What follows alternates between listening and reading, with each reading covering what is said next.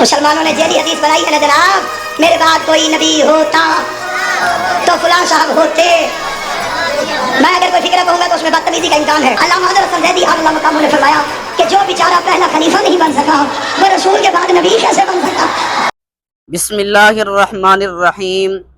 حضرت رسول پاک صلی اللہ علیہ وسلم کے سسر، مراد مصطفیٰ، پیکر عدل و انصاف، امیر المؤمنین حضرت عمر فاروق اعظم رضی اللہ عنہ کے بغض میں حدیث رسول کو جعلی کہنے والا، اصول حدیث کی روح سے، محدثین کے ضوابط سے حدیث کا جعلی ہونا ثابت کر دے، ہماری طرف سے منہ مانگا انعام ہے.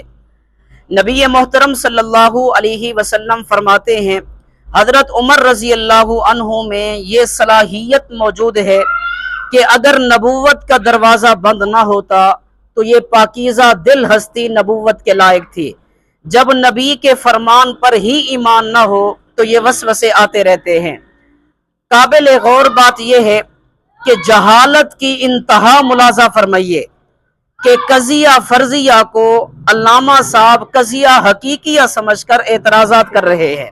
باقی جہاں تک پہلا خلیفہ بننے کی بات ہے تو رسول مکرم صلی اللہ علیہ وسلم نے جس کی صلاحیت یہ بتائی کہ وہ نبی بننے کے لائق ہے لیکن نبوت کا دروازہ بند ہے تو وہ پہلا خلیفہ بننے کے تو بطریق اولا لائق تھے، مگر خلافت بلا فصل حضرت ابو بکر صدیق رضی اللہ تعالی عنہ کے لیے مقدر تھی، اس لیے نہیں بن سکے. اللہ تعالیٰ بات سمجھنے کی توفیق نصیب فرمائے.